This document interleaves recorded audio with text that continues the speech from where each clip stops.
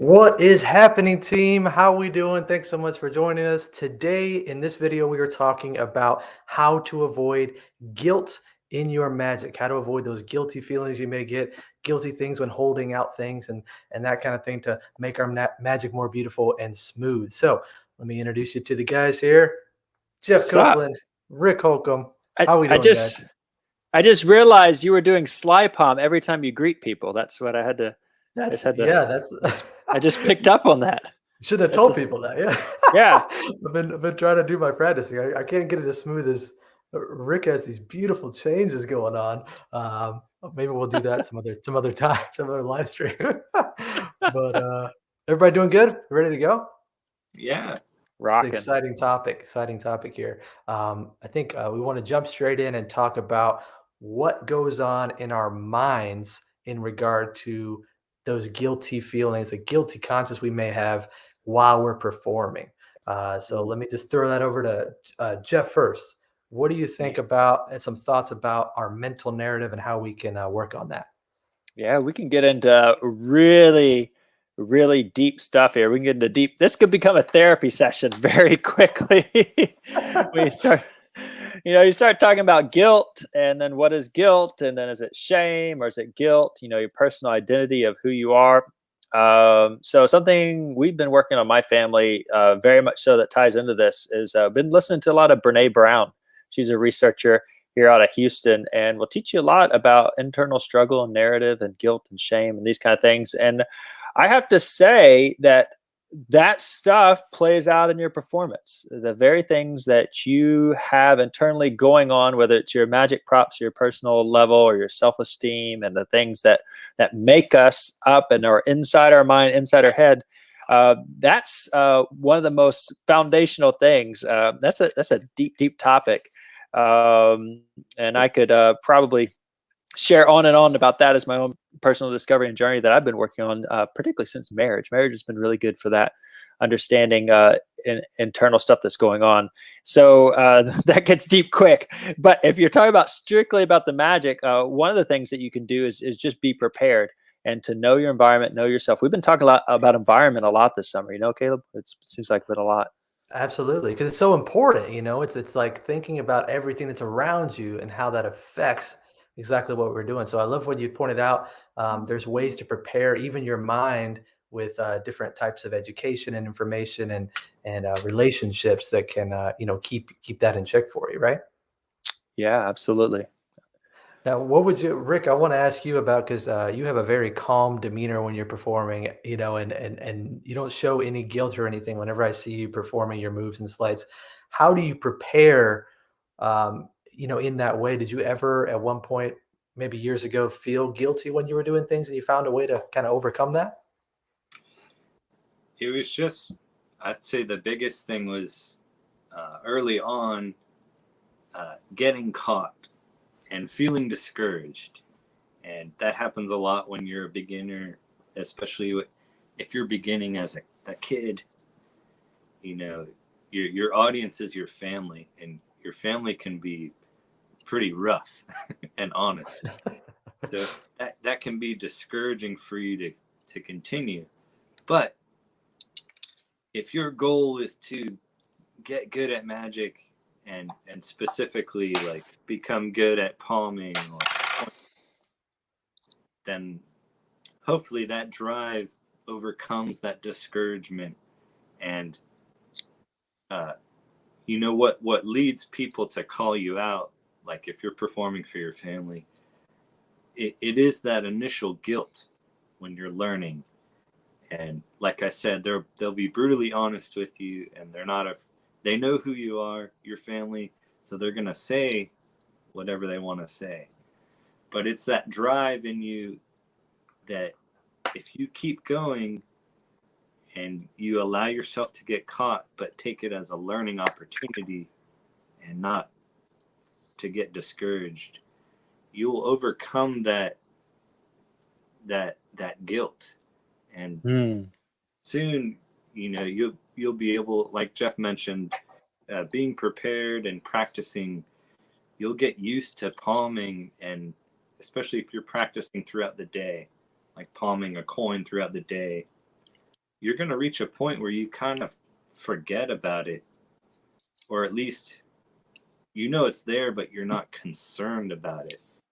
That's the concern shows guilt, because people see when your mind is elsewhere. You're thinking about that palmed coin. So it's, let yourself get caught. Don't get discouraged, because you love what you're doing, right? Just keep doing it, and then you'll see. Keep practicing, and you'll see that guilt go away. I love that. Yeah, People and will I think stop calling you out. yeah, right. People can feel that, and so I love that you kind of broke it down for us there, and just a few easy steps.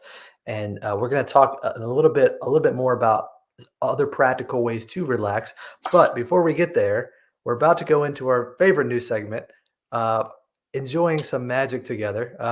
We got a new video for you guys from Instagram. And right before I do, I just want to say hello to everybody. Thank you for joining us. Shiloh's in there. How you doing, Shiloh? Christopher, good to see you as always. Tomer, really excited. Good to see you. New person in here, Kim. Hi, Kim. Nice to see you. Thomas, again from Austria. Thank you for joining us. I'm not sure what time it is, but I appreciate it. And magic is therapy. That's good. Good point. Good point, Shiloh.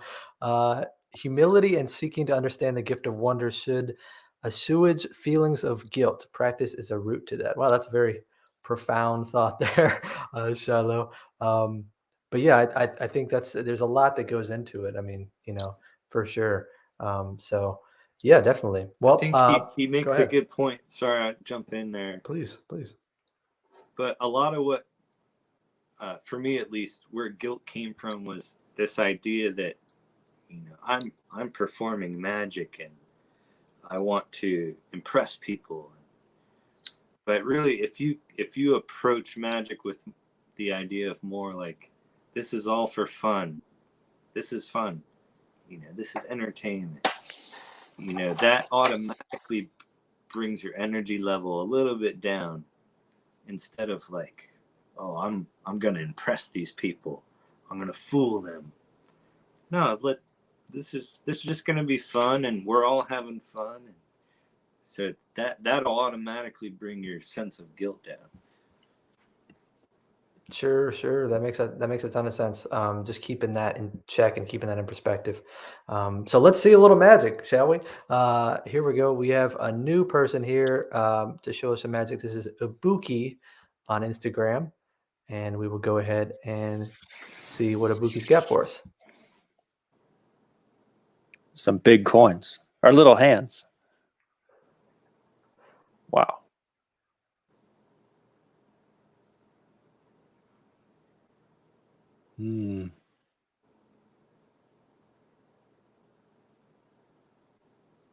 So good. Oh.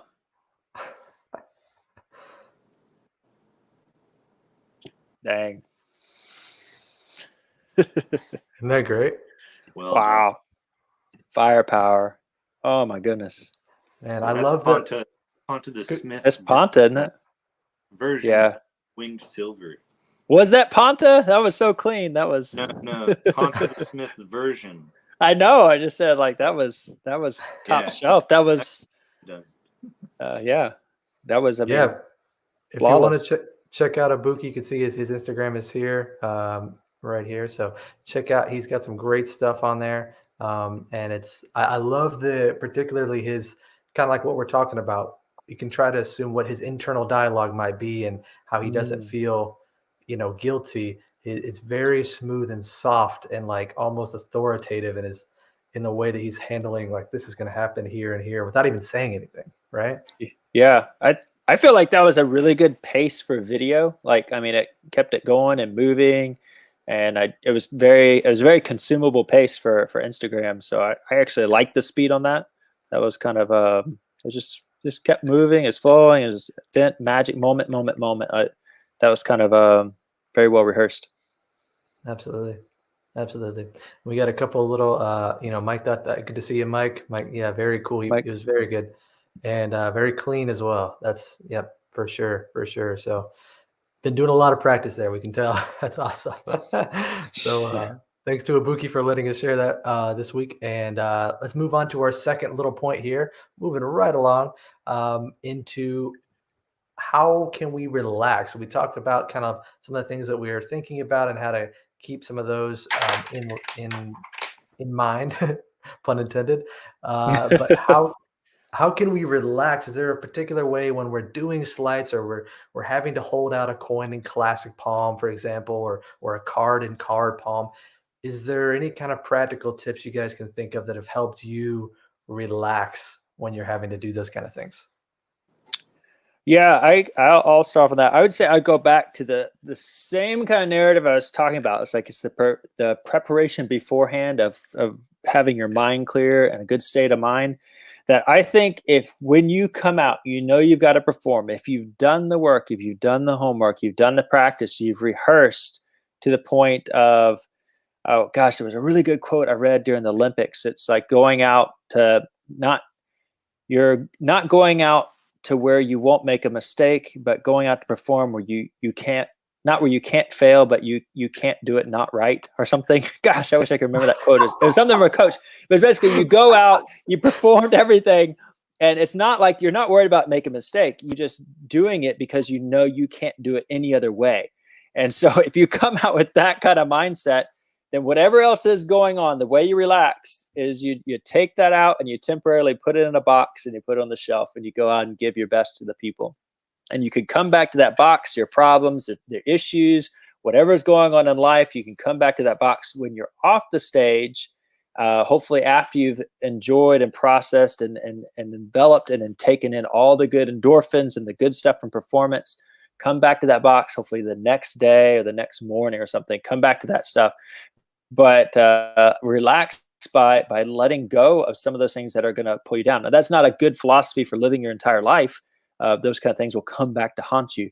But when you're going out to be present with the audience, that helps me relax. I let it go. I'm on stage. It's my time to give to them. It's their time. They've invested their time and energy to come watch me and my magic and the talents that I bring to them. And we want to be here and enjoy that. So let go of that stuff that would distract you from a full and giving performance. That's my advice on relaxing. That's interesting. I like that because you're like creating an imaginary box that you put things in, or maybe some people talk about an alter ego, like you're putting on a new cloak, to go out Yeah. to the audience, and it kind of helps you separate in those ways. Now, Rick, I want to hear your thoughts on this because you had talked about in regards to practicing and how you can hold a coin in a concealment all day long till you forget about it or something. Is that kind of come into play with relaxation as well? Yeah, definitely. Just like we were talking about guilt, it's a self-feeding like monster there. Like once you feel the guilt, then the nerves come, and then the tension comes, and then you feel guilty about the way you look, and it's like it feeds itself like that. So part of that is, the beauty of coin magic is that you can practice all day. And like even if you're afraid of dropping your coins or losing your coins, there you can use clad coins, old Kennedy clad or Eisenhower dollar, and those might be the coins you would walk on the street and not be afraid of dropping it on the asphalt. But like for me, I don't perform professionally, but for most casual performances where it's a group of 3 or 5 people, I always feel a little bit of nerves. But honestly, the best thing for me is to just do something. And in my mind, I have a handful of quick tricks that I do, like a 1 coin routine, something to get you into the moment and bring everyone together. And then, hopefully that's a successful, routine you show them. And then after that moment, you'll just feel like all those butterflies are gone. And like I remember a few years back now, I had the pleasure of lecturing with Jeff, and Danny Goldsmith at the Tricks convention in Charlotte. I was in the audience for that. And lecture. that's like, Yeah. I don't know, around 200 people, 150 to. It was a big crowd. That room is For me, standing room only. I've never done, that kind of crowd. So Jeff was up there first, I think, and I was sitting off to the side, just sweating, trying to look cool, and It I was worked. excited to be there, but at the same time, I was like, ah. But the moment I stood up there and just I did something, all that went away. And it was like I was talking to, my family. It was as if my family was just sitting out there, and then I was able to continue. That's so. Go ahead. I'm sorry.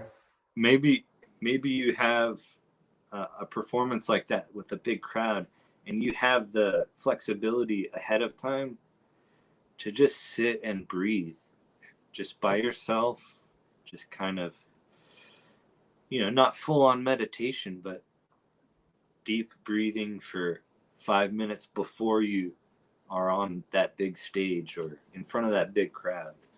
That's so cool that you mentioned that, and that's kind of like there's so many ways to talk about this, I think, but I wanted to boil it down for myself. Like the tip that I could offer through just my experience is there was a book we mentioned it before. I have it around here somewhere. Arturo de Ascanio's, I think it's Structural Art of Conception or Deception.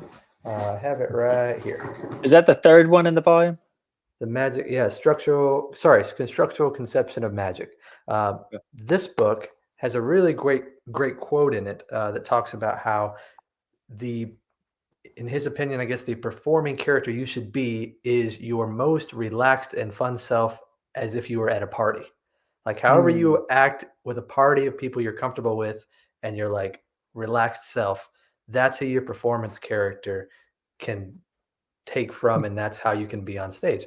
And I always love that because I kind of think of it just like you said, Rick. Like I try to envision the audience as my family members and friends.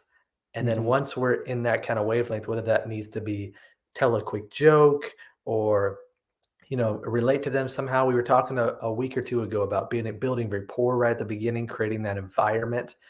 Once you get there, you start to get comfortable, they're comfortable, and it kind of feeds off of itself. And then you can be relaxed and not have that guilt that we're trying to avoid when we're performing. So I think that was a really good point.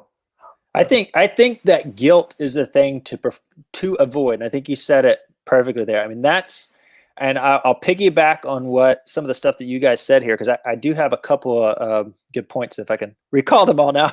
There's a lot going on here. But Rick alluded to the idea of the butterflies in the stomach. And so for me, I don't want to avoid that emotion. What I want to avoid is the guilt, the things, the shames that say that I am a failure or that I can't do this or I can't achieve this or I'm not good enough. Those kind of messages that can pop up, those are things that I want to completely avoid. But the butterflies and the energy for me is if I don't feel butterflies before the show, I'm checking my pulse. Am I alive? Right?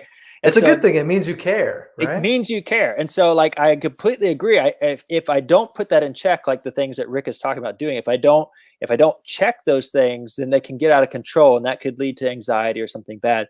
But if I don't feel that energy, and I think that's part of what Rick was saying, because I think once you get through that first trick, well, that edge is taking off that energy. And then hopefully you want to keep that energy level up through the entire show. If you've got a 45-minute, hour-long set, you got to keep it going. But that initial edge will come off, that foam, that cream, whatever's in the very top, it'll burn off. And then you're running on a fuel tank and you want to get it focused in and honed in. But I think that those are like just really good points that you guys are bringing up, because in my mind, energy is like fire. And fire in my mind as well is it's neutral. It's not good or it's bad. Now, if it's out of control in the state of California right now and creeping over to Nevada, then it's consuming, it's destructive. But if it's in my fireplace, it keeps my house warm. And so fire is a neutral thing. It depends on what you do with it. And so the way you stay maintained and relaxed is you put that fire in its right proper place and you control it. And it's a good thing. It's a tool, and that energy will drive you forward. And so like, I agree. Everything you guys have brought up, it has a lot to do with being aware of these things, being aware of what's going on inside your head to maintain just a state of relaxedness, a calmness, so that you can be that character, that the best person you want to be at the party, and give it to your audience, because they're there, they're excited for you. And I want to jump in right there and say, I think that's a good place to remind that when we are performing, when you guys are out there performing, when you are trying something new, we have this amazing capability and opportunity to share this amazing art. And so we are in control, right? You are in control of the whole environment, of the preparation, of the scenario, and you can treat it like Ibuki did in that video that we saw. It's very much it was communicated, right, that he had control over the situation, Yep. even in something as simple as a coin trick. We can create that and create wonder with some simple props, and we as Copeland Coins try to provide the tools and the necessary resources to help you do that.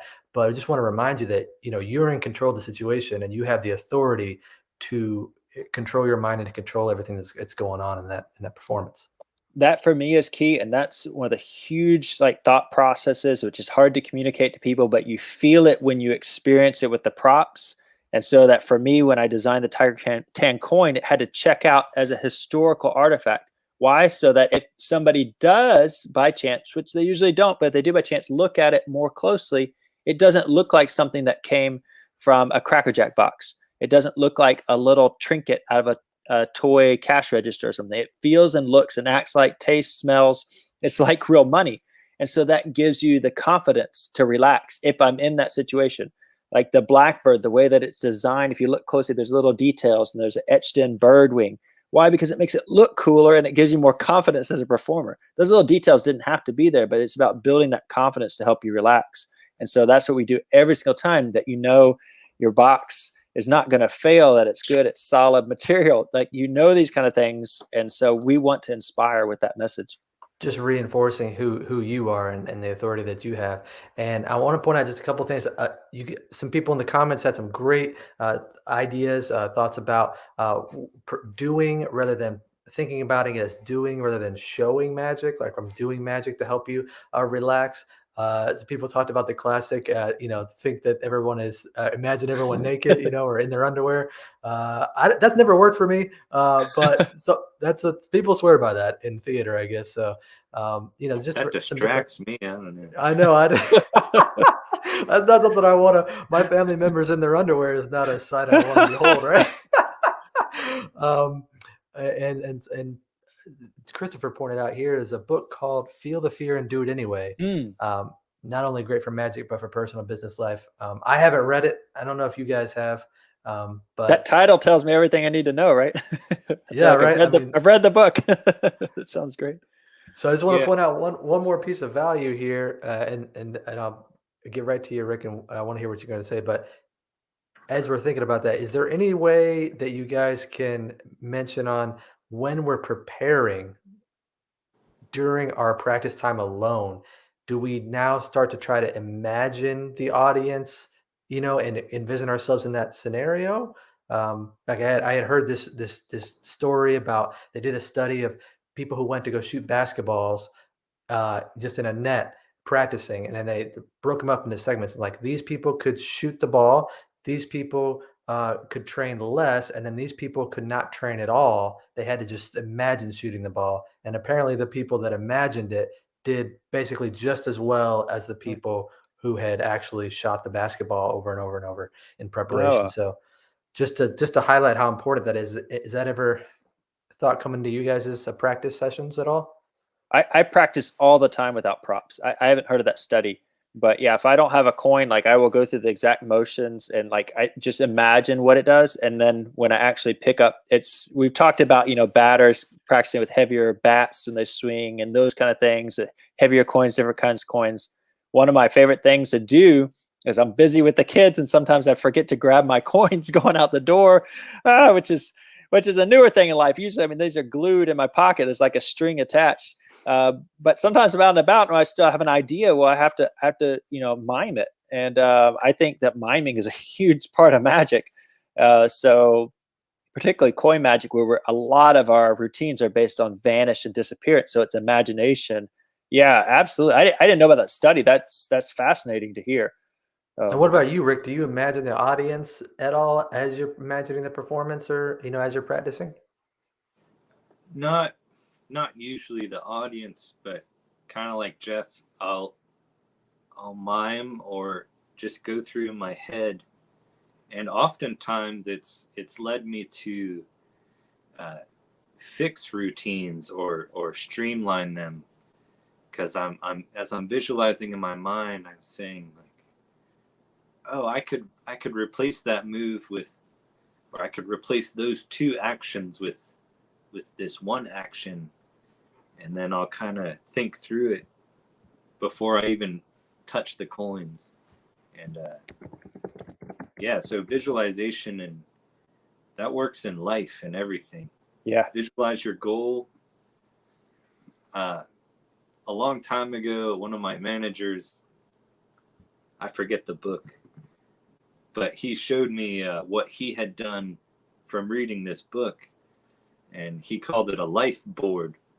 It's basically like a poster board or whatever. Oh, cool. But some of the things on there were photographs or things he clipped out of magazines. And everything on there represented where he wanted to be and what he wanted to be doing in 5 years and like 10 years. Nice. And it was a visual representation of his goals. And I mean, we can do that for magic, or you can do it in your own life for your other life goals, but like a physical visualization of where you want to be with what you're doing.